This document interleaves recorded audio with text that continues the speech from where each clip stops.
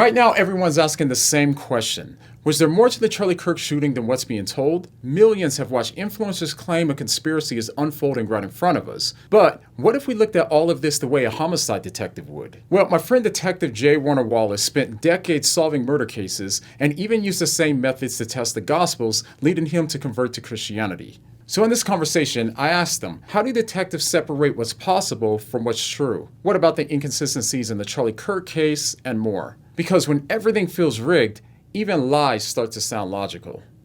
Me and you both have a background in dealing with atheist objections and even atheist conspiracies. So there's a popular atheist conspiracy, of course, which we know is like Jesus mysticism. But basically the theory there is that Jesus never existed.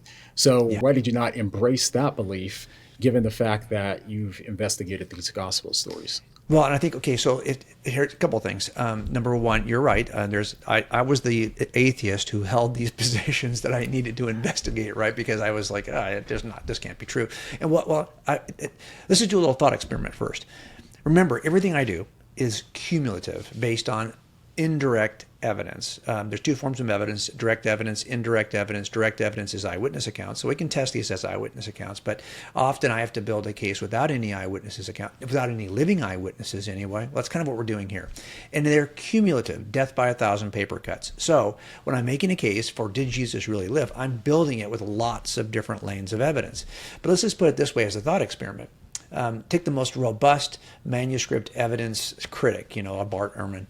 And by the way, Bart, though, thinks that Jesus lived, so he doesn't deny the life of Jesus. But just take a skeptical view, and I imagine that the Gospels contained no miracle accounts, no virgin birth, no miracles, no healings, no walking on water, no feeding 5,000, no resurrection, no ascension into heaven. Just a wise Jewish rabbi in the first century who taught some stuff and then died a natural death. There wouldn't be one skeptic on planet Earth who would deny that Jesus actually lived.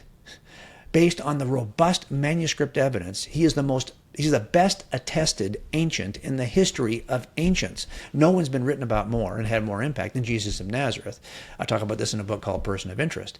But you add one miracle to those documents, and suddenly no one believes any of them, which tells you that the skepticism is not grounded in the lack of manuscript evidence or the lack of historical veracity. It's grounded in a presuppositional bias against anything miraculous. No, that's really good, because you kind of hit on, we all have a natural tendency to have some sort of bias when we're going into looking at any situation. So what I've kind of see is with a lot of conspiracies, a lot of times people will start with an assumption of what's going on before they even look at the evidence, right? And even more, when I think about like debating with atheists and stuff in the past, they would invent theories a lot of the times based off of their skepticism or based off of their suspicion. They would argue from a lack of evidence, in other words, arguing from things that we don't know rather than things that we do know. So for example, they'll say like, well, the way to explain the resurrection is that maybe Jesus had a twin brother who died on the cross rather than him, or something like that, right? Now, so with all that in mind, how does that kind of play out either in atheism or when you're doing homicide cases? Okay, so let me just go a couple. I often think that once you understand basic, general, broad principles that are related to how you investigate cases and how you assemble a case in front of a jury, it does help us to think clearly about other things. Okay, so let me just say this. Every case you work has unanswered questions. We tell jurors all the time, we're going to tell you everything you need to know, but not everything that could be known, because knucklehead here has not confessed to this. So there's a bunch of things I don't understand.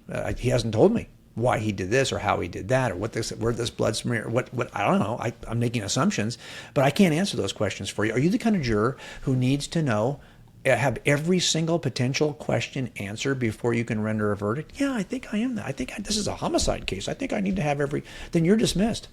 You'll be excused, because I can't put a juror. I have never had a case where I could answer every possible question.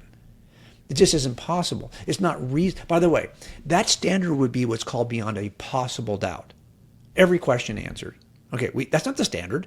The standard is beyond a reasonable doubt. It's a lower standard. You know what's in that gap? All of your unanswered questions. You operate every day with unanswered questions, but you have enough evidence to determine that it's reasonable to move forward, even though if you dwell on what's possible, you will stay in the house. you won't go anywhere. So our standard of reasonable doubt is reasonable for everything we do in life, including these kinds of decisions. It's also reasonable for trials that involve life and death. It's not standard beyond a possible doubt. Now, here's what I see happening. You're absolutely right. It's in the unanswered questions that people will insert a theory, because every case has unanswered questions. So therefore, for every case, whether it's a case for God, a case for Christianity, or a case for the murder of so-and-so, even the huge cases we see in culture today that are all kinds of these conspiracy theories are appearing, it's because every case has those kinds of gaps. And I just had to get comfortable as an investigator, and I got comfortable really fast because I've got cases that are cold cases. I worked fresh homicides for about 5 years, and then I started working cold cases, and I finished my career working cold cases. Well, so I loved working cold cases, but every one of them has huge unanswered questions. And we get in front of a jury, we still win these trials, even when I solve it, there's still huge unanswered questions. So here's what I've learned: is I tell juries, say, look, I'm going to give you all the evidence right to this guy. It's going to point right to him. It's not going to point a foot to the left or a foot to the right. It's going to point right to him. But there's going to be a gap at the end of my evidence trail, because every case has a gap at the end of the evidence trail. Those are where all your unanswered questions lie. I'm going to ask you at the end of that evidence trail to step across the gap and render a verdict. Same thing here. Everything points to the reliability of the scriptures and the existence of Jesus being exactly who the scriptures say he was. Do you have unanswered questions? Yes. Like every case, at the end of that evidence trail, doesn't point a foot to the left of Jesus or a foot to the right of Jesus. Just step across the end of the trail and render a verdict. That's a forensic faith. That's a faith that you can actually, when you're done, explain to others. It's probably worth noting even at this point where, in my mind, there's a distinction between what you can prove, evidence, and then what actually happened, right? So it's like, I guess what me and you are not claiming is that all conspiracies are false, right? We're just saying, what are you justified in embracing due to the evidence, and because that's basically how you guys are going to run too. Because I'm sure there's probably cases where you know the guy, but you can't convict them because of some sort of hiccup with the evidence or not having enough evidence to go forward. Right. No, and let me tell you, that's the kind of case I love to work. I've worked whodunits, and those are great. Those are fun to work, and you finally discover who it is. Here's what I think everyone's grasping at. I don't go true or false. I call it this way. There are successful and unsuccessful. There's the categories. So are there some successful conspiracies? Yes. But there's a bunch that are not. And what's the difference? So, for example, if you think you know of a successful conspiracy, it wasn't successful by definition. Successful conspiracies are the ones people get away with. Instead, we see a lot of broken ones that aren't successful. You're not describing a successful conspiracy. And part of and this is a great thing about conspiracies, time is the enemy of conspiracy theories. It is the enemy because time is what typically gives it away. At some point, someone's going to want to take advantage of what they know about the conspiracy to leverage it for something. And the longer the time you have, the harder it is to keep the conspiracy in place. If you're suggesting there's been this, I always say there's 5 things in a successful conspiracy. Number 1, the smallest number of co-conspirators. Number 2, the shortest amount of time to hold it. Number 3, excellent communication between co-conspirators. Number 4, if you've got a strong family relationship or strong relationships, that helps you be successful. Number 5, zero pressure. But if you're telling me that a bunch of people, 50, 100, 500, 600, like the case for the resurrection, 500, Paul said, were available, saw Jesus on the same day, rose from the grave. 120 are in the upper room. Are they part of the 500? I don't know. But there's a lot of people who have to maintain this for 60 years until every last one is dead, under immense pressure in which they're being tortured, separated by lots of miles and no way to communicate. Okay. Is that a possible? Yes. By the way, if you ask me, is it possible that Christianity is a conspiracy? I'm always going to say yes, because that's not my standard. It's not reasonable. That's the standard. And that's why anything is possible. It's possible we're not even talking to each other right now. You've just got a really sophisticated AI avatar, and I'm just buying it, right? I mean, it's possible. The question is, what's reasonable? So I always tell people, do you think this is a conspiracy? Is it possible? Of course it's possible. I said, not reasonable. And yeah, one thing for me, like the way I tend to think about things is I think about things in terms of probability. So it's like you don't Yeah. need to have certainty to know something, right? It's like, but you just think about it in terms of probability. So it's like, what is the probability based off of all of our background information and all of the evidence that we have that this thing happened or is going to happen?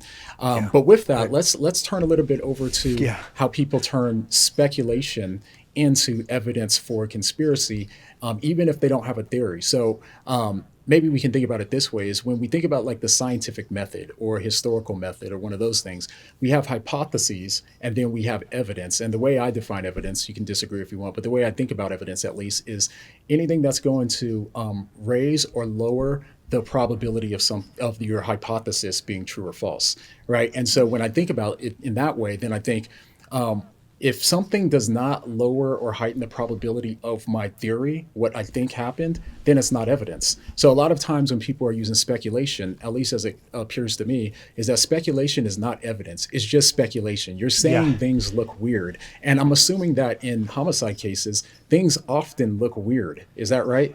Yep, there are. Like I'm going to inconsistencies and stuff. Yeah, oh, absolutely. Let me just, first of all, before we begin this, I think I wrote them down here, because there's the California jury instructions.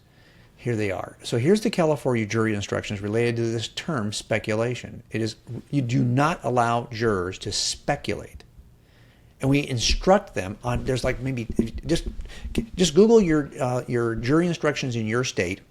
There'll be a PDF file online, download it, and search for the word speculate.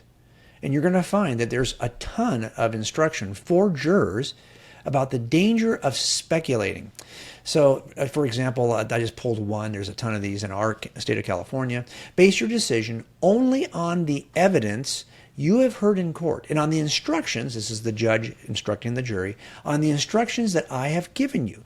Do not speculate or consider anything other than the evidence and my instructions. In other words, we would always create like a visual slide for this part of the instruction for the jury. So we typically would do this at closing, right? So we're getting ready to close and we have a whole segment which is all of the jury instructions. We want to remind the jury not to do these things. So we have a picture of the jury and someone has got a word bubble.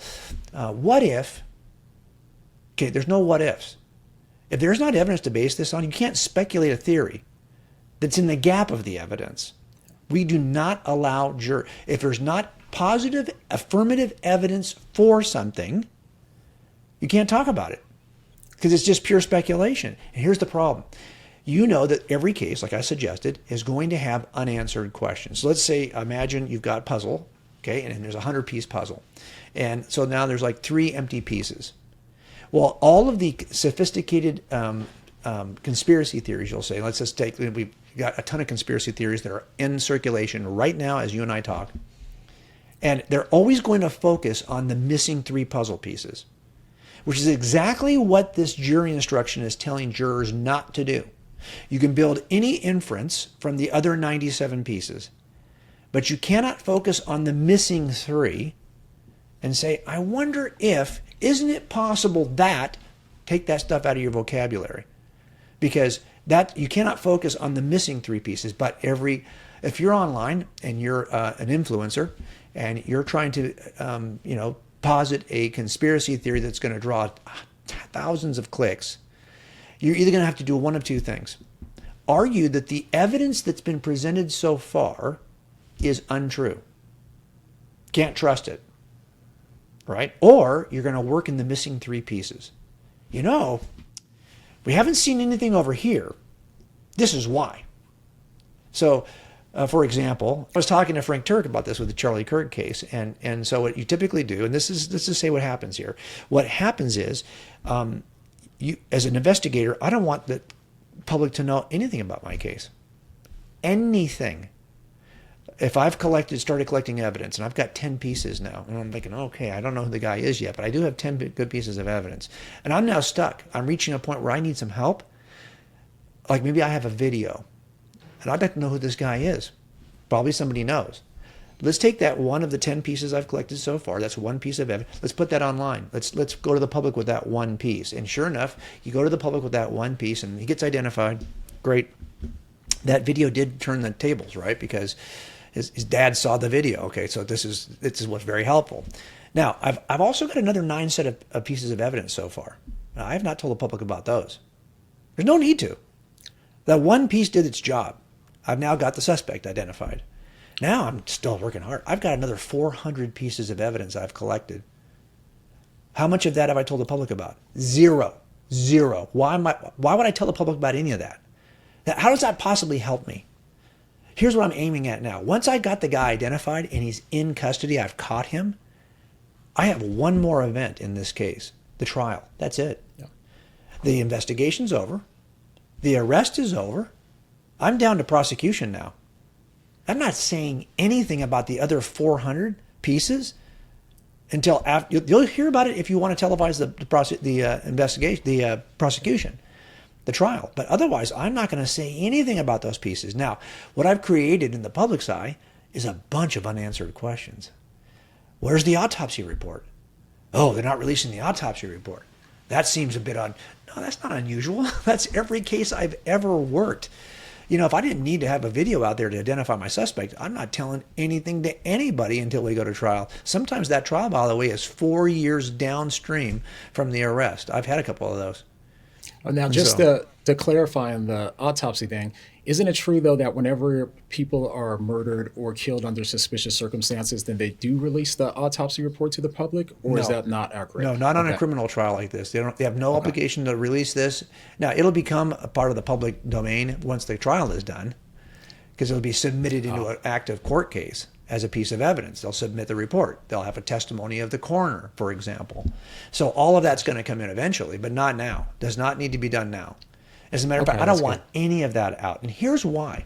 Okay, but before we answer that, I think it's worth noting how foreign disinformation campaigns have exploited Charlie Kirk's assassination, and most of us didn't even know. If you pull this up on Ground News, you can see that China, Russia, Iran, and others have fake social media accounts, bots, and conspiracies to portray the US as dangerous. But how the different American sources have covered this story couldn't be more telling. When it comes to the 227 sources that's covered this topic, you can quickly see that the left emphasizes how Russia strengthened online conspiracy theories about how America is descending into civil war, while the right has emphasized that 24% of Americans mistakenly believed that Charlie Kirk's assassin was a Republican. And reasons like this are why I'm happy to have Ground News sponsoring this part of the video. Ground News gathers articles from over 50,000 sources and shows you how they're being covered across the political spectrum, allowing you to see the full picture. So if the left-leaning outlets are right and we're headed for civil war, well, the reason why tools like Ground News are so important is because, as a Duke University study on polarization found, when people are exposed to the kind of blind spots that Ground News highlights,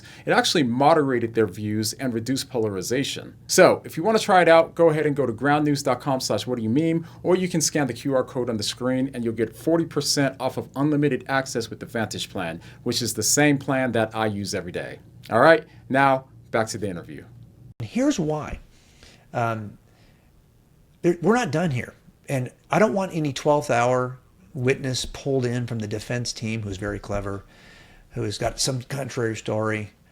I want to know, if I'm interviewing anyone from now until the trial date, that whatever information they're giving to me, they are not repeating from something stupid I shouldn't have said. I want to make sure that if they tell me anything, it's going to be because they had inside information that was not known to the public. Now this confirms them. This makes them legitimate.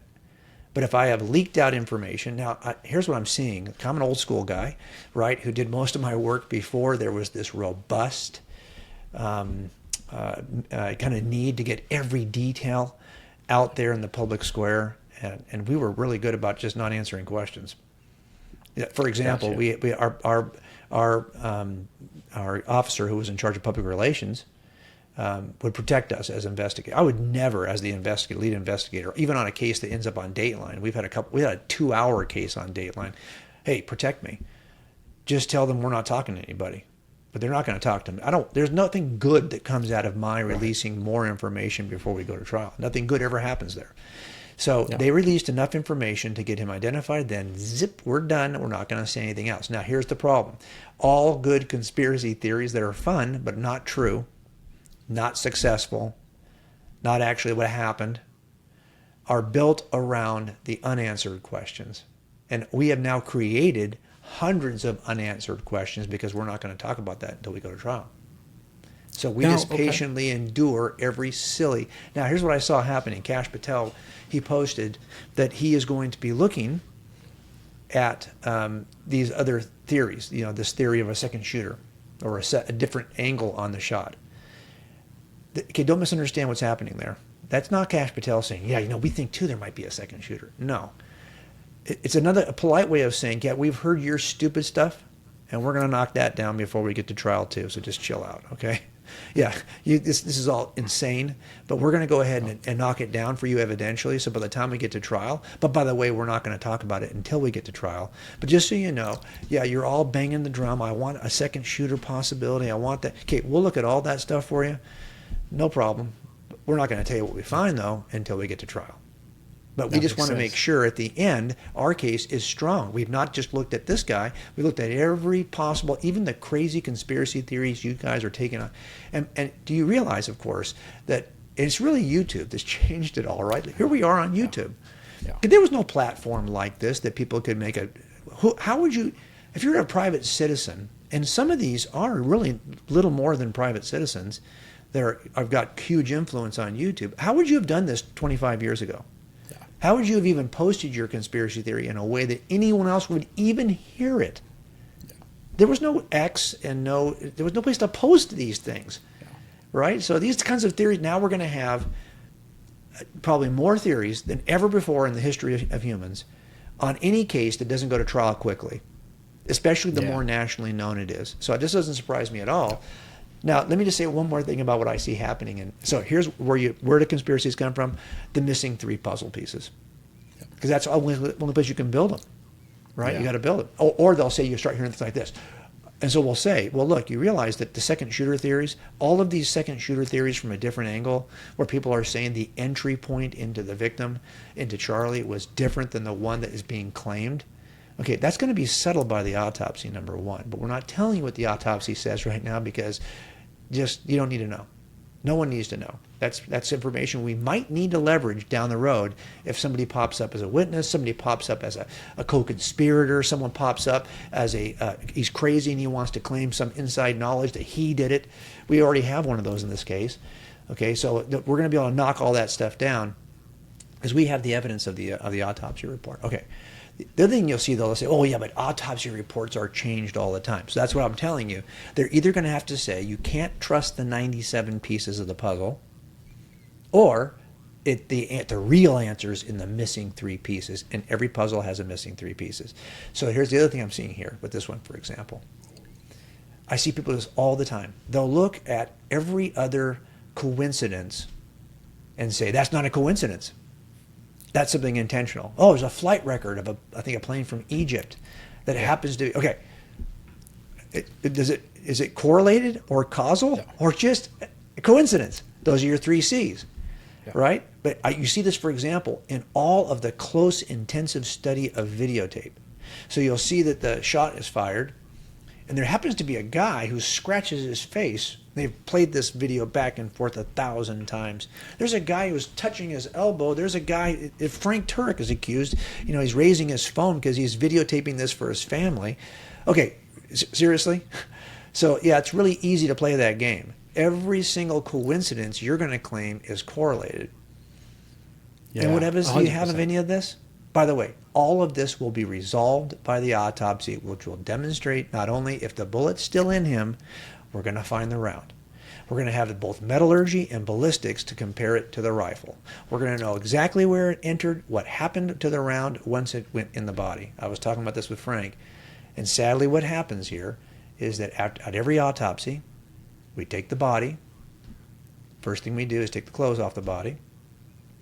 And then we hose it down. We wash it down. There's not a pumping heart anymore. So we're just going to get all the blood off the body.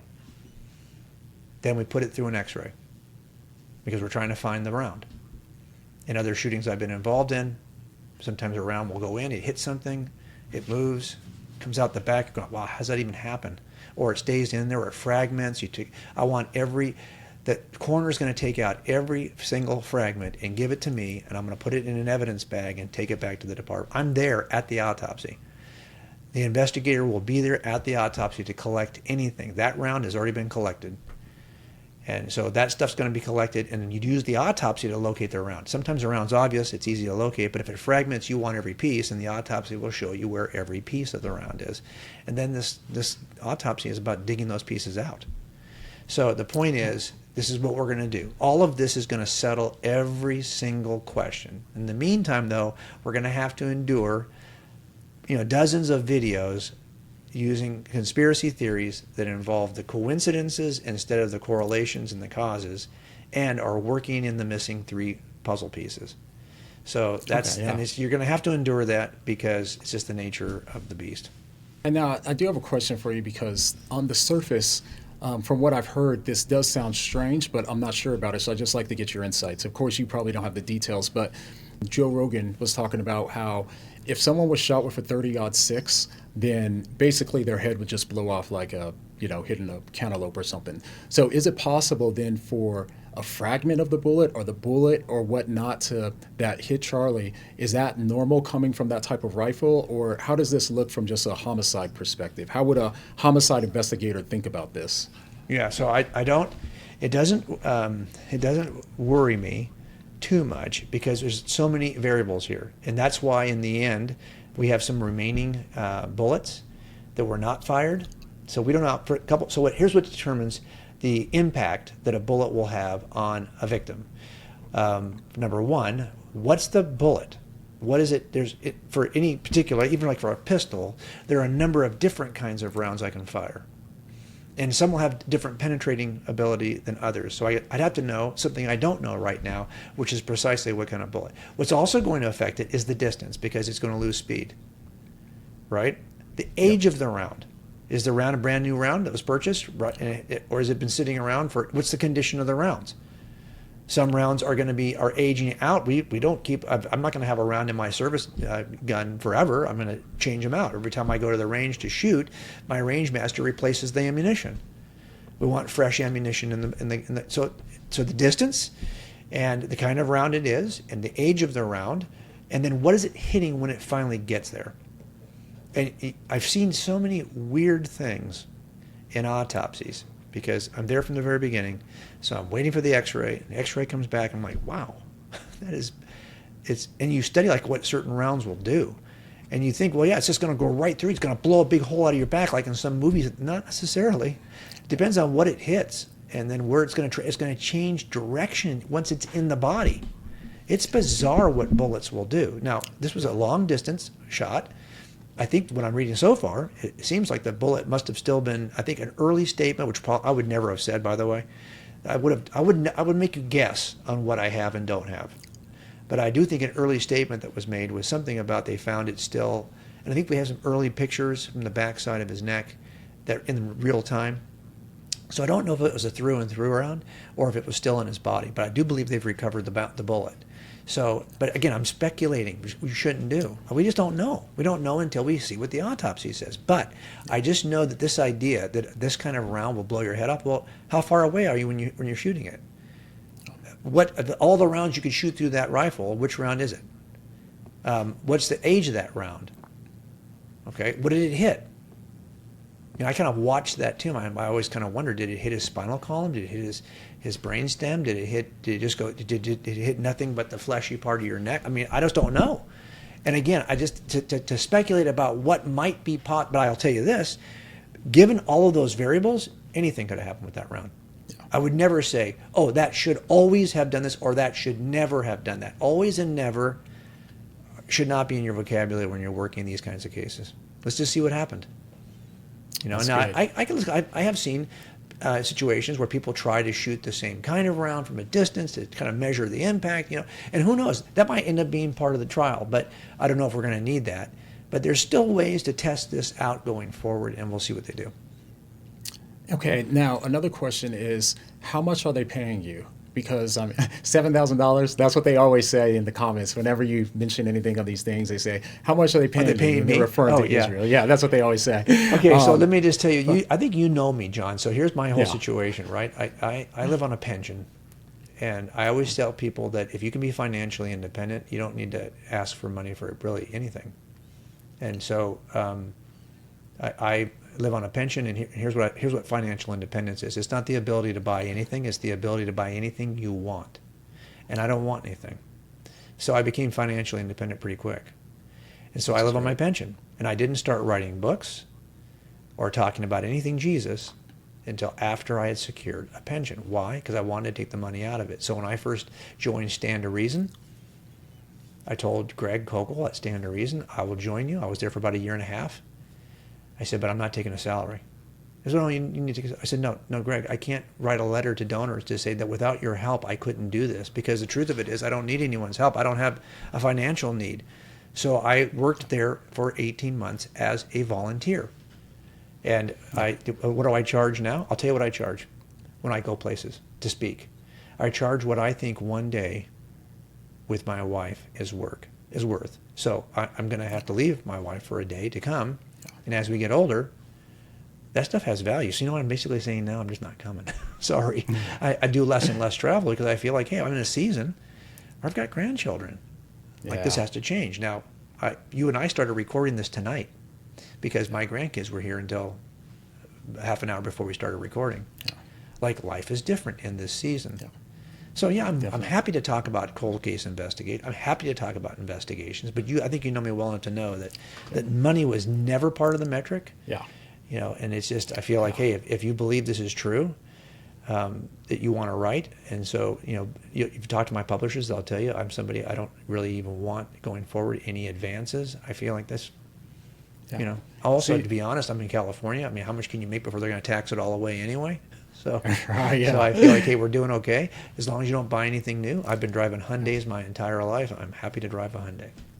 See, and the thing about that, though, is I know you, right? And both of us, we know Frank well, right? Yeah. And so that's the thing about conspiracies a lot of the time is they're assuming the motives of people that they don't know. Like, even in my videos, like anybody that's been watching me, I am very, very, if not hardly ever speculate on somebody's motive. You know, It's like, here's what they did, but I can't tell their motives because only God knows their true motives in their heart, right? And so that's where I think conspiracies can be dangerous, because we know that Frank would never set up Charlie, obviously, because we know his character. Oh, yeah. But a lot of these conspiracies are like, well, Charlie's close people, they might be in on it. You know, these people knew him, they might be in on it. And I was like, you don't know those people to be able to make that assessment. So again, it's arguing from what you don't know, no doubt, instead of arguing what you know.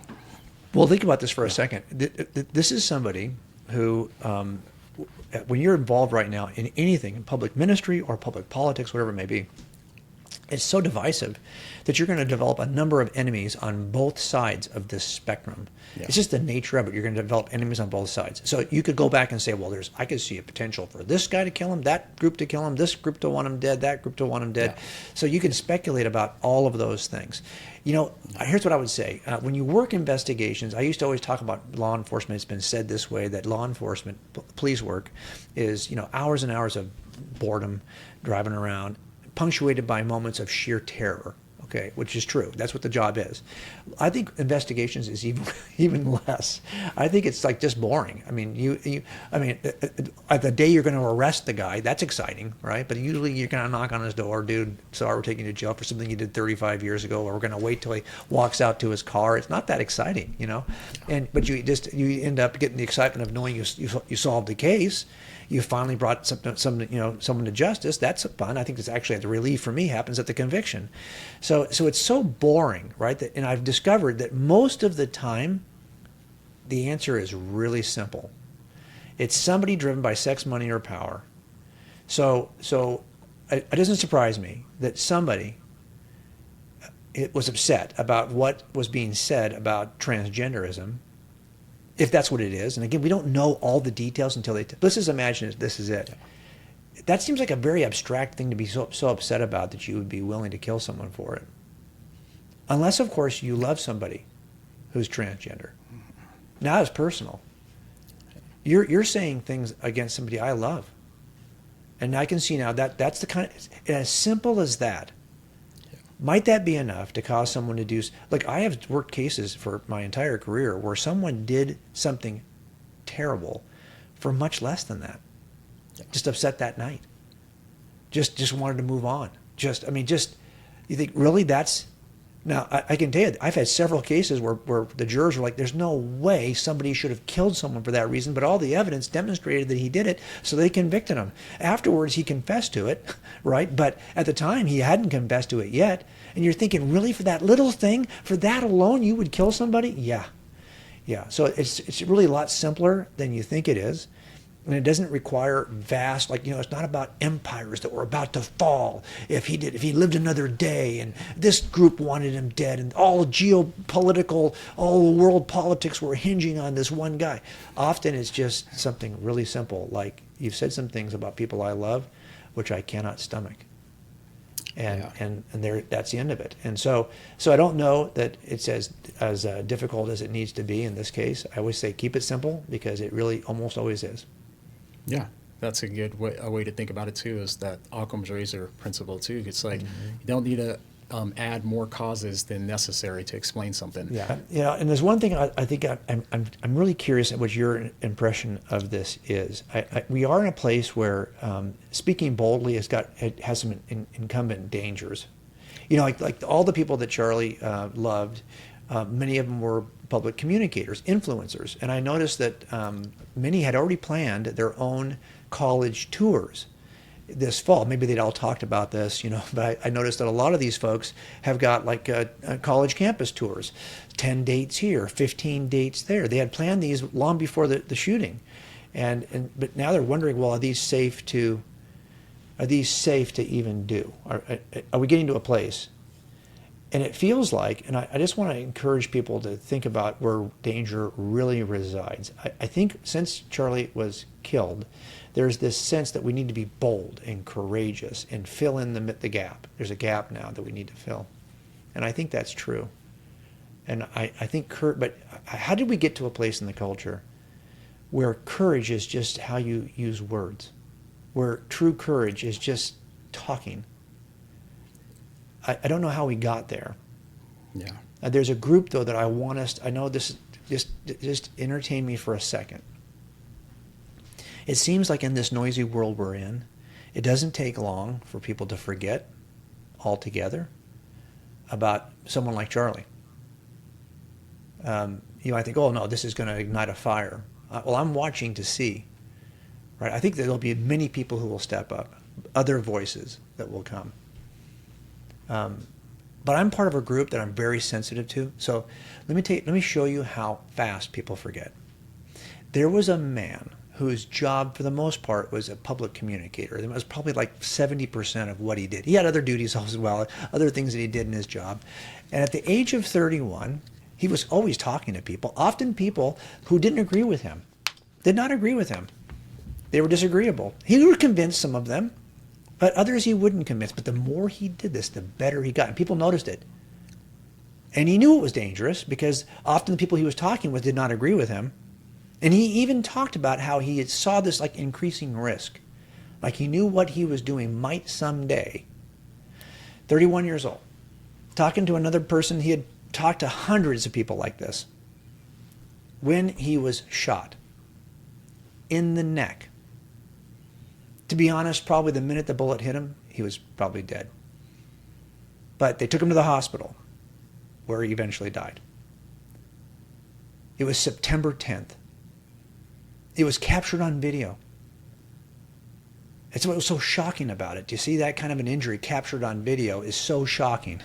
They even had video showing the suspect's escape route. I mean, it was just 31 years old, a relatively young family, a young girl, a younger boy, left fatherless. So shocking it was on video. People called him a martyr. Terrible. Just terrible. The funeral was one of the longest probably ever, and the memorial was it was televised. You can even maybe you saw it. You can even watch it on TV today. The wife was just, applauded and cheered, but she was committed that she didn't want her husband. She didn't want that legacy to end. A man of faith, a family man, and here she is now raising her two kids by herself. Terrible. September 10th. Yeah. And already he's almost entirely forgotten. And you don't even know his name. His name is Jaime Roman. He was killed on September 10th, 2024. Philadelphia police officer, just doing his job, talking to another, and sure enough, everything I described for you, eerily similar to Charlie. Yeah. Only that month, in addition to Jaime, 16 more officers died in the line of duty. That year, another 100, almost 170 died. It was a good year, a low year for police officer deaths. Yet nobody cares. Nobody remembers any of their names, except for their family. And this is happening every single year. And if you think, yeah, but cops are all so corrupt, do you think every one of those cops was corrupt? Really? I mean, look, nobody hates a dirty cop more than a clean cop. I'm just going to tell you that right now. I have zero patience for cops stupid. I have zero patience for it. Okay, but in the end, it seems to me that is courage really just that we get up and we talk hard? No, courage is the stuff that people in uniform put on every single day and nobody gives a lick about them. It turns out that if you wanted to turn the head of culture, you got to turn the neck of the first responders. And most of these guys and gals are not Christians. They're not. So I just think, as I listen to all the conspiracy theories and how cops are treated and how cops are, they're all bad, they're all, lying, they're all got this thing where they're trying to fool us. Just, if you know a cop, share the gospel with him or her, because it turns out it would change culture. Think about it. You can quickly tell what the culture is like when its first responders show up at your door. If they're jerks, you're living in the wrong place. Wouldn't it be nice if they came to you and they represented the love of Christ? Wouldn't that be amazing? So for me, I always think, hey, I know these conspiracy theories are almost always rooted in the idea that the cops are lying to you. And I think that in the end, I think I have a heart for this because, my dad did it for nearly 30 years. I had my career. My son's now about 14 years into his. And I feel like this is the one part of culture that we have to address. Everyone, nobody wants to defund a fire department.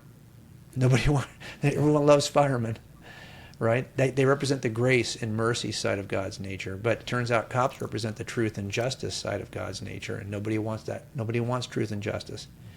But if we don't spend some time making sure that our people who uphold truth and justice also understand what grace and mercy are, we're going to have a rough go of it. So I always tell people, if you want to do one thing that would change all of it, share the gospel with somebody who's in a uniform. That's great. Okay, well, thanks so much for being here. And before we go, can you just tell people what books that you've written and where they can find more of your work? Well, I always tell people that you should exhaust everything an author has written for free before you buy anything. So we have a website called coldcasechristianity.com. We post there 3 times a week, and that stuff's available for nothing. And you'll see there a link to our books at coldcasechristianity.com. We've written a bunch of stuff on Jesus and Christian worldview. So I'm happy if you want to deep dive. But I always think, hey, if you actually just go to our website, there's a bunch of stuff there you could read for free. So hopefully you'll do that. All right, Jim, good to see you again, man. Hey, thanks for having me. I appreciate you.